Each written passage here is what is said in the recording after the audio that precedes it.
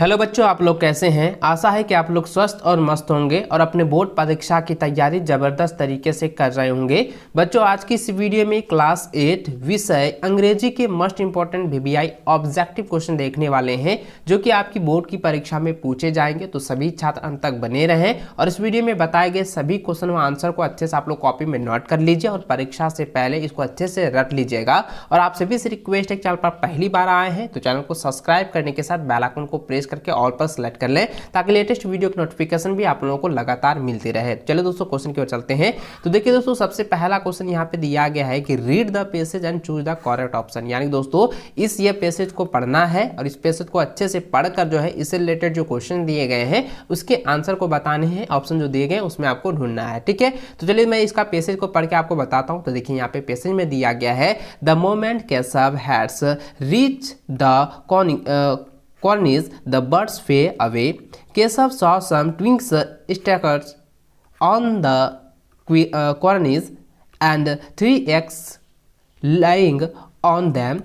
There was no net like the ones he had seen on trees. Syama asked, "Can you see any chicks भैया?" तो यानी दोस्तों यहाँ पे जो है ना केशव जो है अपने छज्जे को छू लेता है और छज्जे पर देखता है कि वहाँ पे जो है 3 अंडे हैं जिसमें कि यहाँ पे दिया गया है कि वो जो है बिना घोंसला का है। तो वो चाहता है कि वहाँ पे जो है घोंसला बना दिया जाए। और जो श्यामा उसकी बहन है वो कहती है, भैया क्या मैं इसे एक बार देख सकता हूँ। यहाँ पे ये गद्यांश में दिया गया है, ठीक है। और यह जो गद्यांश है ना आपकी किताब से भी लिया गया है, ठीक है। चलिए इससे रिलेटेड जो क्वेश्चन दिए गए हैं उसको मैं आपको बताते जाऊंगा। इसको कॉपी में नोट कर लीजिए, एग्जाम से पहले इसको अच्छे से रट लीजिएगा, ठीक है। देखिए यहाँ पे सबसे पहला क्वेश्चन यहाँ पे दिया गया है कि what did Keshav seen in the nest. यानी कहता है घोंसले में उन्होंने क्या देखा था। उन्होंने क्या देखा था? 3 अंडा देखा था, ठीक है। तो ऑप्शन नंबर 20 का सही आंसर होगा 3 eggs, ठीक है।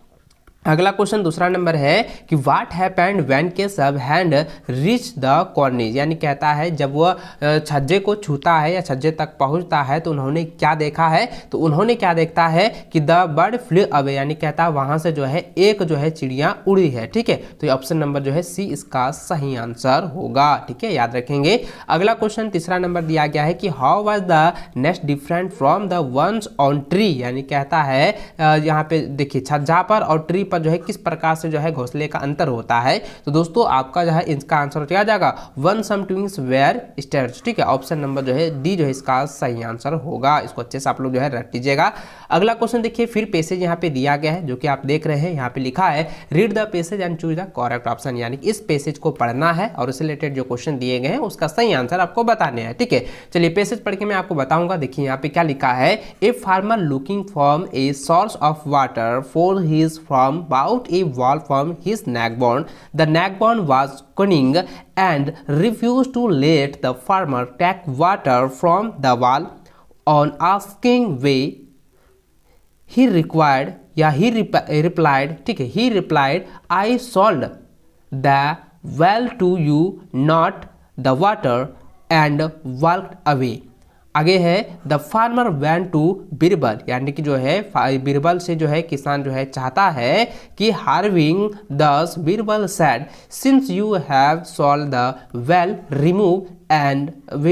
Remove the water from the well, the man apologised and left, ठीक है। तो वहाँ पे जो है ये बीरबल जो है बोलते हुए निकल जाता है, ठीक है। चलिए आगे इसके जो है आंसर को देखते हैं। तो देखिए यहाँ पे जो है चौथा नंबर क्वेश्चन दिया गया है कि why did the neighbour refuse to give water to the farmer. कहता है यहाँ पे जो उसका जो पड़ोसी है वो पानी देने के लिए जो है फार्मर को क्यों नहीं तैयार होता है। तो दोस्तों इसका आंसर क्या हो जाएगा, ऑप्शन नंबर सी हो जाएगा, he had sold the water not the water, ठीक है। तो ऑप्शन जो है सी इसका सही आंसर होगा। अगला क्वेश्चन 5वां नंबर दिया गया है, the opposite of honest is. यानी कहता है हॉनेस्ट का मतलब क्या होता है, ईमानदार, ठीक है। तो ईमानदार का अपोजिट क्या हो जाएगा, डिसऑनेस्ट हो जाएगा, ठीक है, यानी कि बेईमान हो जाएगा। तो बेईमान का जो दूसरा क्या हो जाता है वो कुनिंग होता है, ठीक है। तो यहाँ पे क्या हो जाएगा, ऑप्शन ए जो है इसका सही आंसर होगा। यानी कि हॉनेस्ट यानी ईमानदार का उल्टा शब्द यहाँ पे ढूंढना है। तो इसका आंसर क्या होगा, कुनिंग। ऑप्शन ए इसका सही आंसर होगा। अगला क्वेश्चन देखिए यहाँ पे दिया गया है कि कंप्लीट द लिव एप्लीकेशन और टू द हेडमास्टर।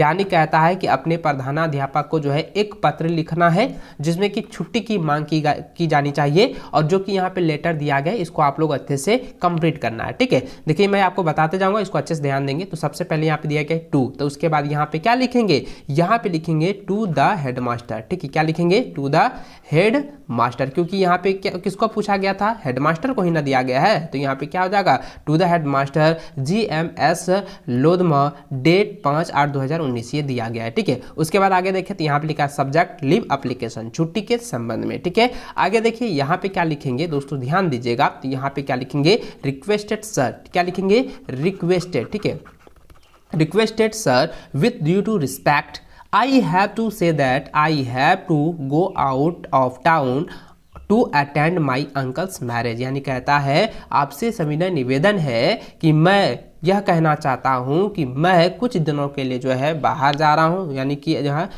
अपने शहर से बाहर जा रहा हूं, किसके लिए, यानी कि अटेंड माय अंकल मैरिज, यानी कहता है अपने मामा की शादी में जो है उपस्थित होने के लिए जा रहा हूं। उसके बाद यहाँ पे लिखे सो, यानी इसलिए, अतः आई रिक्वेस्ट यू, मैं आपसे प्रार्थना करता हूं to grant my 5 days leave from date to date and obliging, यानी कहता है कि यहाँ पे क्या, अतः आपसे प्रार्थना है कि मुझे 5 दिनों की छुट्टी दी जाए, जो कि 6 तारीख से लेकर 10 तारीख की हो। उसके बाद आप सभी का धन्यवाद यहाँ पे दिया गया है, बिलोंग्स। ठीक है, उसके बाद फिर यहाँ पे उसके बाद यही दिया गया थैंक्स। तो उसके बाद यहाँ क्या लिखेंगे, 8वां नंबर में जो दिया गया है, 8वां नंबर का आंसर क्या हो जाएगा दोस्तों, आप मुझे कॉमेंट करके बताएं, क्योंकि आप सभी को पता है, मैंने आपको बताया था। ठीक है, 8वां नंबर का क्या हो जाएगा, योर। ठीक है, योर ऑबिडेंटली, ठीक है, TLY, ठीक है, ऑबिडेंटली हो जाएगा। तो यहाँ पर योर ऑबिडेंटली, उसके बाद आपका विश्वासी Sunil Kumar, roll number 15, class 8। देखिए इस तरीके से दोस्तों आपका जो एप्लीकेशन है वो कंप्लीट हो चुका है। और दोस्तों इससे से रिलेटेड कई सारे जो है एप्लीकेशन आपको याद कर लेनी है, क्योंकि उनमें से आपका 100% जो है 2 एप्लीकेशन तो आपको देगा ही। ठीक है, चलिए आगे बढ़ते हैं। देखिए यहाँ पे दोस्तों 6ठा नंबर का और 7वां नंबर का, 8वां नंबर का मैंने तो ऑप्शन आंसर आपको बता दिया है। 6ठा नंबर का द ऑडिटर वाला दिया है, तो ये इसका आंसर क्या हो जाएगा, टू द हेडमास्टर होगा। 7वां नंबर क्या हो जाएगा, ये हो जाएगा रिक्वेस्टेड हो जाएगा, ऑप्शन डी हो जाएगा। और 8वां का क्या हो जाएगा, योर ऑबिडेंटली, ऑप्शन ए इसका आंसर हो जाएगा। ठीक है, चलिए अगला क्वेश्चन यहाँ पे देख लेते हैं। देखिए 9 नंबर दिया गया है, the sentence in simple tense, यानी कि सिंपल टेंस में जो है इसको कन्वर्ट करना है। तो अब यहाँ पे ये देखना है कि कौन सा ऐसा जो है सेंटेंस है, वाक्य है, जो कि सिंपल टेंस में है। ठीक है, तो इसका आंसर क्या हो जाएगा, देखिए ऑप्शन नंबर बी जो है ये सिंपल में है, the cat dark drink water, यानी कहता है कि बिल्ली जो है वो दूध पीती है। ठीक है, तो ऑप्शन जो है ए बी जो इसका सही आंसर होगा, द कैट ड्रैंक वाटर। ठीक है, चलिए अगला क्वेश्चन 10वां नंबर दिया है कि choose the correct relative pronoun in the sentence, यानी कि इस सेंटेंस से रिलेटेड प्रोनाउन आपको बताने हैं। जैसे यहाँ पे दिया गया है Sahil and Jacob dash were best friend are meeting after 10 year, यानी कहता है साहिल और जैकब जो है बेस्ट फ्रेंड है। ठीक है, बेस्ट फ्रेंड था, जो कि बहुत, यानी कि लगभग 10 साल के बाद वो जो है मिल रहा है। तो यहाँ पे क्या हो जाएगा दोस्तों, यहाँ पे जरा ध्यान दीजिएगा, यहाँ पे प्रोनाउन, रिलेटिव प्रोनाउन के बारे में यहाँ पे पूछा गया था। अब यहाँ पे देखना है कि इस चारों ऑप्शन में से प्रोनाउन कौन है। तो दोस्तों आपको मैं बता दूं कि इसका क्या हो जाएगा, प्रोनाउन ये हो जाएगा, हु जो है ये प्रोनाउन है। ठीक है, ये हु जो है प्रोनाउन है। ठीक है, ऑप्शन सी इसका सही आंसर होगा। अगला क्वेश्चन 11 नंबर दिया है, the past perfect continuous tense is, यानी कहता है कि इसके पास्ट परफेक्ट कंटिन्यूअस टेंस को आपको यहाँ पे बनाना है। तो देखिए यहाँ पे दिया गया I dash playing time since 2010। तो यहाँ पे दोस्तों ध्यान दीजिएगा, यहाँ पे पास्ट परफेक्ट कंटिन्यूअस टेंस को कहा गया है। तो पास्ट परफेक्ट कंटिन्यूअस टेंस हम क्या बनाएंगे, तो हैड बीन का प्रयोग ना करेंगे। तो यहाँ पे क्या हो जाएगा, आई हैड बीन का प्रयोग करेंगे। तो आई हैड बीन किस में है, तो ऑप्शन नंबर डी में है। ठीक है, यही आपका आंसर हो जाएगा। अगला क्वेश्चन देखिए यहाँ पे दिया गया है, choose the correct modal verb, modal verb को यहाँ पे फिल करना है। तो यहाँ पे देखिए dash you like to participate in driving competition. तो इसका आंसर क्या हो जाएगा, होल्ड हो जाएगा। ठीक, वुल्ड यू लाइक, तो ऑप्शन ए जो है इसका सही आंसर होगा। ठीक है, याद रखें और कॉपी में इसको अच्छे से नोट कर लीजिएगा। मैं बार बार कहता हूँ, आप कॉपी में नोट कर लीजिए और आप हमसे वादा कीजिए, नीचे कॉमेंट करके बताएं कि हम अच्छे से तैयारी कर रहे हैं और आप लोग भी तैयारी करते रहिएगा। ठीक है, ये हमसे वादा कीजिए। ठीक है, चलिए आगे बढ़ते हैं। देखिए 13 नंबर क्वेश्चन दिया गया है, the indirect speech of she said I go to school daily, यानी कहता है इनडायरेक्ट स्पीच में बदलना है। कहता वह कहती है वह कहती है मैं रोज स्कूल जाती हूँ। यहाँ पे जो है आई गो टू स्कूल डेली यहाँ पे दिया गया है, तो इसका आंसर क्या हो जाएगा, सी सेड दैट। क्योंकि दोस्तों यह जो इन्वर्टेड कोमा है ना, इन्वर्टेड कोमा के बदले हम दैट का प्रयोग करते हैं, तो क्या हो जाएगा, सी सेड दैट लगाएंगे। उसके बाद यहाँ पे देखिए आई जो है ये फर्स्ट पर्सन है। फर्स्ट पर्सन किसके साथ होता है, फर्स्ट पर्सन जो होता है सब्जेक्ट के अनुसार, तो सब्जेक्ट क्या है, सी है, तो यहाँ पे हो जाएगा सी। ठीक है, तो सी वेंट, यहाँ पे गो का दूसरा रूप हो जाएगा C went to go school daily, तो ऑप्शन सी जो है इसका सही आंसर होगा। ठीक है, यहाँ पे देख लें। ठीक है, इसको आप लोग अच्छे से पढ़ लीजिएगा।